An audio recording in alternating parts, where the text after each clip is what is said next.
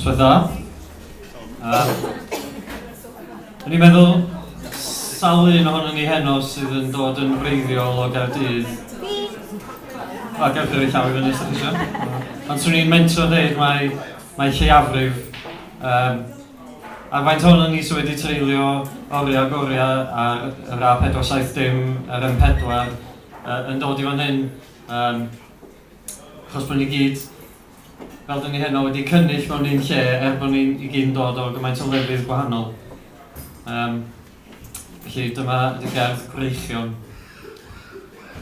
Saif yr orsaf yn llonydd a llachar o dan warchau'r nos lyrgan, oglau petrol yn ffroenau'r nos.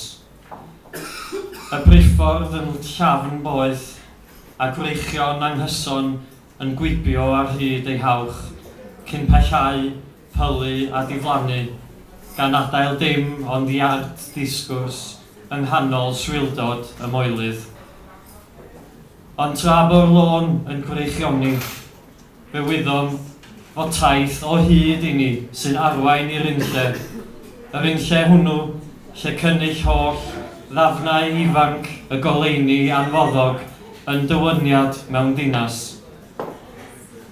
Llenwi'r tanc, chwa fel chwyth megin yn llosgi'n bochau.